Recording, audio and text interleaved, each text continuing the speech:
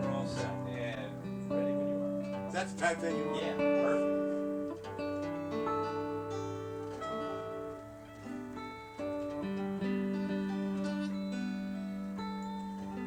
Just I could.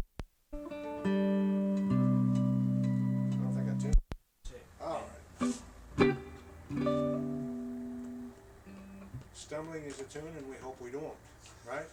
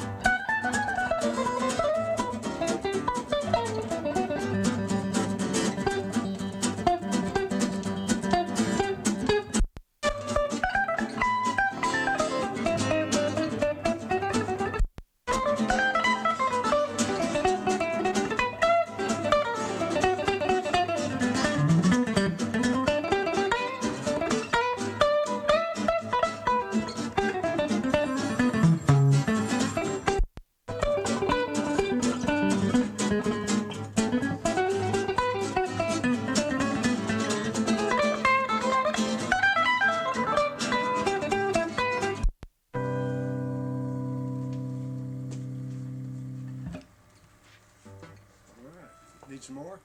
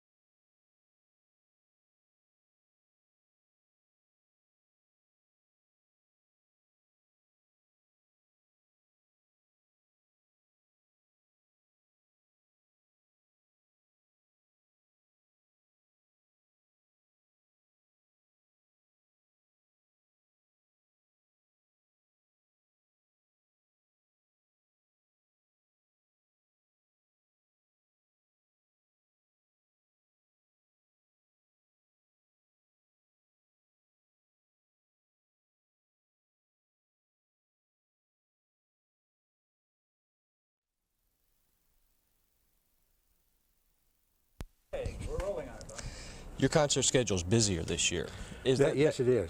That could be an indication that country western music is really coming into its own again. How does that make you feel? Because you were in country western music back in the 50s when it was like this. Let's go 40s even.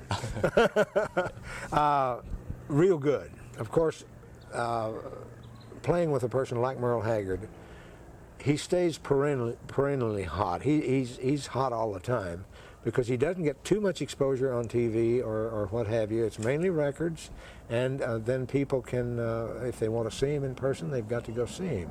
And he is very consistent on his shows in that it's always a good show. How is Haggard to work for? Haggard is good to work for. Haggard does require your undivided attention. While you're on stage? Yes, sir. You Why? bet your boots. He works the band exactly like Bob Wills did back in the 30s and 40s. He doesn't even know himself what the next song is going to be until he's through. He doesn't know who's going to take the next solo until he feels, after maybe he's sung a verse, he might give it to the steel guitar or to me on the mandolin or to the other fiddle player or the regular guitar. He doesn't even know until he feels out the audience and the way he feels. So you have to watch him every minute to know if you're going to play a solo. And you don't miss but about one. Does he just turn to you and nod? And, right, nod or point or wink or what have you. Yeah. Right. Life on the road in a band. You were on the road in the 40s, right, into the 50s, right, and you were off the road a long time. Right. What made you get back on the road again? Well, I can't give you a specific answer except working with a fellow like Haggard. Now you got to remember back in the 40s and 50s we worked dances, 4 to 5 hours. With Bob Wills, this usually meant no intermissions. He worked right straight through. This kept down the fights, if you will. And this is one of the big reasons. But now we play concerts. So you're on the stage an hour and a half at the most, usually.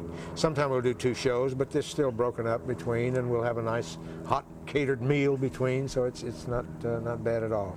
And of course, working with a popular group like Haggard is, there's a lot of satisfaction in it. You're going to be 62 coming up? Right, May 12th.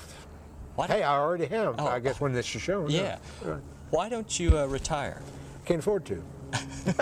Pure and simple. Pure and simple. Right. But if you could afford to, would you retire? No, I wouldn't. I still enjoy playing very much. I enjoy the attitude of crowds. I enjoy if you can do a little something and get a big hand for it, there's no feeling quite like that as far as I'm concerned. That keeps you young? You betcha. Yeah. As young as I can be. Yeah. How long are you going to stay on the road? Do you have any? I don't have any plans. Even if I get off the road with Haggard, I would still continue to play, I think. You played for your first president a few weeks back. Right, sure did, President Reagan. How was that? That was very enjoyable, very exciting, quite an experience for a country boy, I think, to get to play for him and meet both the President and Mrs. Reagan. It was quite an experience. Tell me about that Secret Service man you noticed. What was he doing? There was one Secret Service man, and I think you have a picture of it possibly, that watched the 2 bales of hay that the President and Mrs. Reagan sat on for 2 solid days that I know of, maybe before. We rehearsed on Saturday. This fellow was there. By the way, they have a little gold pin up in their lapel or something like that. And all during the rehearsal, he didn't move, except when the munition-sniffing dog worked the entire area, both days. Back on Sunday morning, for the day of the concert and the performance, Dean and I got out there pretty early. This guy was already there, and he did not move that entire day until the President had left. Yeah. Tell me about, do you remember when this apparent love affair with the mandolin started? This is back in about 1939. I'd been playing violin or fiddle since I was a kid. I started, I think, when I was about 6 years old. But I heard this fellow play the electric mandolin from Houston, a guy by the name of Leo Rayleigh, who's still alive, by the way. He didn't play exceptionally hot or fast or anything like that. I just liked the sound. And I had a friend of mine make me one in Port Arthur, Texas, where I was living at the time. Yeah, started playing it. And that started it. Yep. Is it an instrument that's hard to learn? Bob, since I taught here in Sacramento for these 20 years, there is no such thing as an easy instrument to learn to play. They're all hard to play.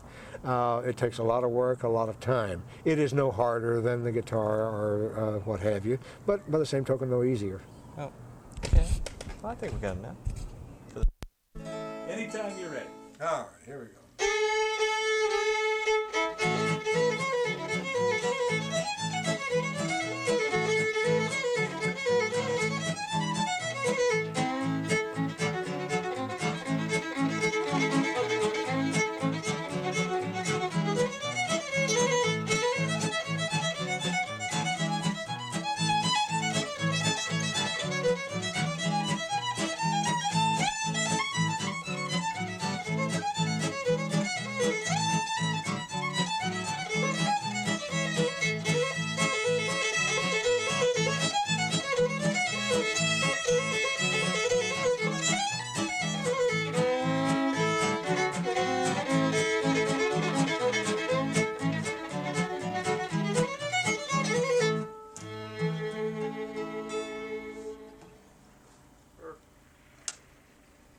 There we are.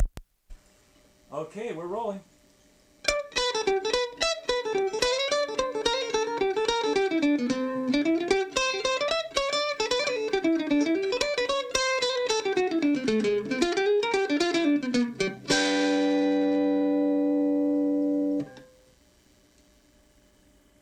I'm just going to keep rolling for a second. There.